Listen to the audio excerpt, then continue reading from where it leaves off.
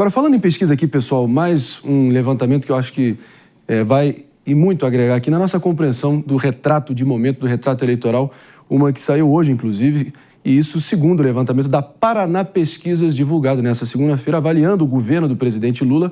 Mano Ferreira traz o raio-x aqui pra gente, por favor. Exatamente, Marinho. A nova pesquisa divulgada hoje mostra que o governo Lula segue sendo desaprovado por mais da metade dos eleitores brasileiros. São 42,9% aqueles que aprovam e 53,6% os que reprovam. Vale contextualizar que acaba sendo uma diminuição da reprovação, que era ainda mais alta na pesquisa anterior, mas mostra muita dificuldade do atual governo num eventual cenário de reeleição, porque a ciência política mostra que governos que são desaprovados por mais da metade da população muito dificilmente conseguem a reeleição. Mas a tendência, quando a gente olha em relação às últimas pesquisas, tem sido de uma recuperação da imagem do governo. Então a questão é, essa recuperação vai seguir pelos próximos meses em função de todas essas polêmicas que envolvem a relação Brasil-Estados Unidos, ou esse é, digamos assim, o teto da aprovação do governo Lula? Isso a gente só vai descobrir com o decorrer do tempo. Mas a situação, apesar de ter melhorado para o governo, segue muito difícil para uma eventual reeleição do presidente Lula. Se a gente olha aqui, a movimentação ela foi direta, né, pessoal? Até porque ela saiu da desaprovação diretamente para a aprovação, o que representou uma diluição da diferença ali em 8%, porque ele acabou ali fazendo a conversão de 4%, 4 pontos ali na aprovação. Se você fizer, dobrando, obviamente, você chega ao número 8% ali, que foi a tendência rumo à aprovação, né? Então é importante a gente contextualizar isso, porque ainda que discreta, o Instituto Paraná Pesquisas captando essa tendência de melhora nos números do presidente Lula. Agora, enfim, ainda está longe de ser algo que possa deixá-lo tranquilo ou realmente ainda otimista com o que está por vir, mas não deixa de ser uma melhora considerável. Se continuar nessa toada, aí a coisa melhora, né? Mas é importante a gente ter isso em mente, David. Aquela propaganda, né, onde eram mostrados ali, por meio de inteligência artificial, pessoas supostamente ricas, levando ali sacos bem vazios de impostos, e as pessoas pobres tendo que pagar cada vez mais impostos. Essa narrativa realmente não ganhou força, mas o que, de fato, gerou essa diferença entre as pesquisas do passado e as de agora são de que realmente as manobras feitas pelo Eduardo Bolsonaro nos Estados Unidos ajudaram sim a esquerda a ter uma certa aprovação em relação à desaprovação, apesar de ainda o número ser maior, né? É o famoso já icônico momento lá dos áudios vazados do pastor Silas Malafaia falando: você deu discurso nacionalista para eles, meu irmão? Então, isso acabou ajudando o governo Lula a realmente...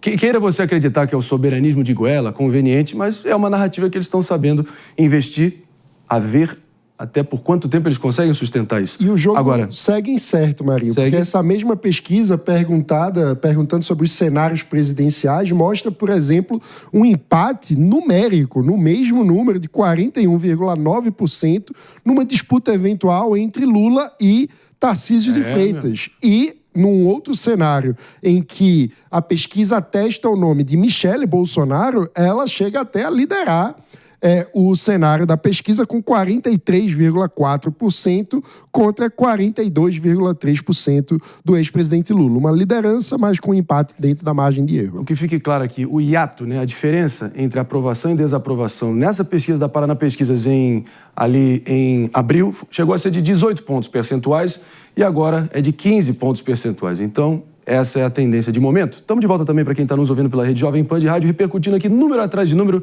levantamento atrás de levantamento, pesquisas dando aqui, nos ajudando a oferir o retrato de momento aí das principais figuras, projeções já para 2026, que é logo ali, pessoal. Vou aqui só recapitulando, tendência de melhora, sim, para o governo Lula, realmente cortando aí já uma diferença da aprovação e desaprovação de 18 pontos ali em abril, agora é de 15, e se continuar nessa tendência, em 4 meses...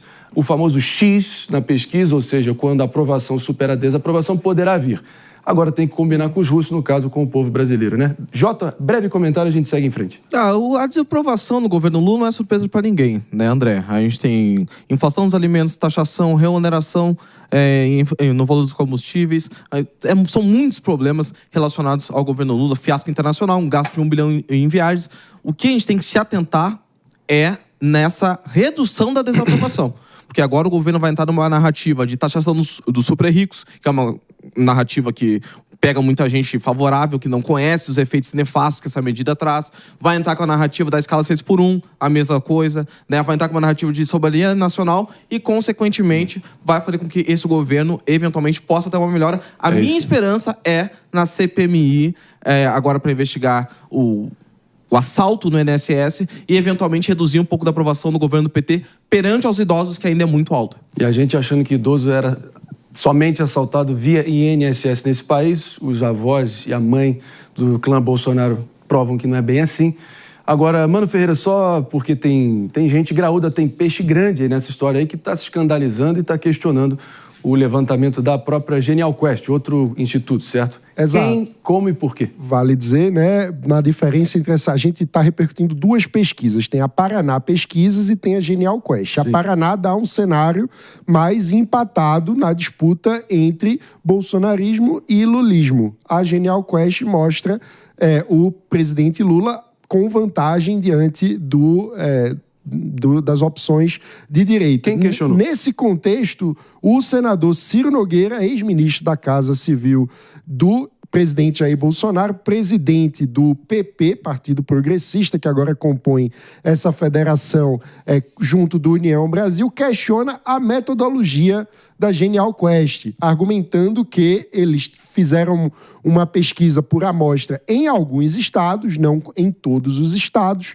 e que quando você faz o proporcional em relação às intenções de voto por dentro de cada estado que fez parte da pesquisa e você generaliza esse resultado, o levantamento levaria a um número diferente na avaliação do senador Ciro Nogueira do que o demonstrado pela Genial Quest em si. Então, na visão de Ciro Nogueira, a realidade da pesquisa com o ajuste metodológico que ele defende, mostraria uma situação mais favorável ao ex-presidente Jair Bolsonaro e à direita de forma geral, enquanto o levantamento oficial da Genial Quest, que vale dizer, é um instituto que teve um índice de acerto bastante grande nas últimas eleições, é um dos que tiveram o melhor resultado, né, diante das pesquisas, com o que nós encontramos na urna, é divergente da visão do senador Ciro Nogueira. Mas o Ciro traz um ponto que eu acho que é importante também a gente frisar, porque nas eleições municipais ele até queria criar um projeto de lei, eu conversei com ele durante esse período, onde aqueles institutos que errassem de forma drástica, ou seja, com projeções que foram completamente contrárias àquilo que refletiu nas urnas, que fossem responsabilizados e até mesmo descredenciados para a realização de pesquisas. Porque a gente, os eleitores, tem uma tendência natural a apostar nas pessoas que estão à frente das pesquisas. E isso influencia também nas eleições. Então ele quer mais responsabilidade em relação a essas pesquisas. Eu acho que ele traz um ponto importante em relação a isso. Eu sou contra essa visão, porque eu acredito no livre mercado, né? Diferentemente do senador Ciro Nogueira, eu acho que a concorrência constrói credibilidade. Então, os eleitores vão criando senso crítico e tendo aqueles institutos de pesquisa em que confiam mais ou que confiam menos. Então, na minha visão, o mercado faz o trabalho melhor do que o aí você influencia o resultado das eleições, né? Tem uma indução de uma ampla, assim, de um contingente imenso de pessoas que são mais, não são tão antenados com o que está posto, que acabam tomando isso como um prognóstico fiel do que está prestes a acontecer e acabam se deixando levar, seja para um lado ou para o outro, a depender do que determinada pesquisa possa estar cravando, né? Isso é um bom debate, inclusive. Será que eles merecem responsabilização ou eles só vão ser rechaçados pela opinião pública e assim cair no descrédito e e ficarem desmoralizados? Eu acho que tem que ter realmente uma espécie de responsabilização, mas me chama a atenção porque as pesquisas não são feitas nos mesmos locais, com as mesmas pessoas. Então, eu acho que tem realmente uma discrepância a depender do dia que faz, né? Então, eu não estou dizendo que essa diferença possa ser tão grandiosa, porque aí eu acho que é o que o David está falando, mas, evidentemente, que ela vai ter ali um acompanhamento, mas dependendo de onde ela é feita, de quem é feita, de quem se pesquisa, ela vai ser uma tendência para um ou para outro. Eu acho que ele está questionando a Quest, né? Exatamente porque não foi aos olhos do que ele esperava, digamos assim, né? Então, se houver esse questionamento estatístico, nunca vai ter dois institutos que tenham a mesma pesquisa, vamos ser sinceros, concorda? Porque eles não fazem no mesmo lugar. Até, Marinho, é bom a gente falar para a nossa audiência que até o horário que se pesquisa influencia, acredita? Claro. Até o horário que A segunda-feira de manhã o cara vai estar mal-humorado pra caramba. O dia, a forma de reportagem, por exemplo, de segunda, diante do cenário do final de semana, que as pessoas tendem a ler mais, a saber mais, ela tem diferença para sexta, por exemplo. Então, eu quero que vocês joguem limpo com a gente aqui. Euzinho aqui, não conheço alguém que já foi acionado ou contactado por um instituto de pesquisa nessas pesquisas eleitorais e realmente foi até o final ali dando todas as respostas. Se você já foi, por favor, deixe aí nos comentários que eu tenho muita curiosidade para saber quem. Vamos até conectar, a produção vai conectar vocês aqui, se possível, para a gente entender como foi essa experiência, né? Que com certeza acontece, mas eu desconheço. Algum de vocês quatro já foram? Não. Jota já foi, David já foi, doutora Priscila, Mano Ferreira. Tem algo estranho no ar aí. Não, mas isso é amostragem, né, Marinho? Mas não deixa de ser um pouquinho de folclore. Não é folclore, eu tô forçando a barra aqui, mas eu digo, eu gostaria de saber como é que funciona isso também. Essa amostragem, como que as pessoas respondem, em que momento. Tem vários fatores, como a doutora Priscila colocou, que podem acabar influenciando. Alguns pontos, né? Por exemplo, faixa de renda, qual a sua idade, onde você mora. Essas perguntas são feitas, né? Até mesmo... Mas hoje em dia é mais pelo WhatsApp, telefone fixo, pouca pessoa atende hoje em dia. Enfim, então vários agravantes ou fatores que a gente tem que levar em conta. E uma via de mão dupla, né, André? Porque são aqueles que são entrevistados que influenciam a pesquisa ou a pesquisa que influencia o eleitor? Também tem essa, né? Tem o movimento contrário. Porque muitas vezes o eleitor define o seu voto de acordo com como já está a pesquisa e naturalmente faz com que as pesquisas... a pesquisa acertou. Não é que a pesquisa acertou. É que o eleitor está vendo aquilo que já está sendo divulgado e a partir daí já aposta no cavalo vencedor e comete aquilo que é o maior crime na democracia, principalmente no primeiro turno. Daí eu vou mais pro lado do Mano em concordância, no sentido de que deixa-se de se discutir políticas públicas, deixa de se discutir projetos, deixa de se discutir diferença entre candidatos do mesmo espectro político para escolher aquele que é menos pior. Inclusive muita gente acusando que essa pesquisa da Genial ou da Paraná, Mano Ferreira, sobre a prisão do Bolsonaro que você trouxe. Essa é da Genial Quest. Genial Quest, certo? Muita gente está questionando o próprio enunciado da pergunta, né? Foi perguntado se Bolsonaro fazer uma chamada de vídeo com seus apoiadores era provocação ao ministro Alexandre de Moraes e se isso tornava a sua prisão justa. Muita gente acaba dizendo que ele não fez necessariamente uma videoconferência, ele apareceu ali com o Flávio chamando, ele só deu um olá, bom dia Brasil, tamo junto aí. Bom dia Rio de Janeiro. Bom dia Rio de Janeiro, Copacabana aí. E que isso não classificaria como uma provocação em si. Claro que ele estaria infringindo a cautelar, acabou gerando a prisão dele domiciliar, mas, porém, enfim, acabou que 39% das pessoas não viram problema nisso e as pessoas que são a favor do presidente Bolsonaro acabam que estão se apegando a 39%, com uma pergunta enviesada, seria um bom número e não um número tão ruim como se parece. Ou seja, fica para vocês definirem aqui.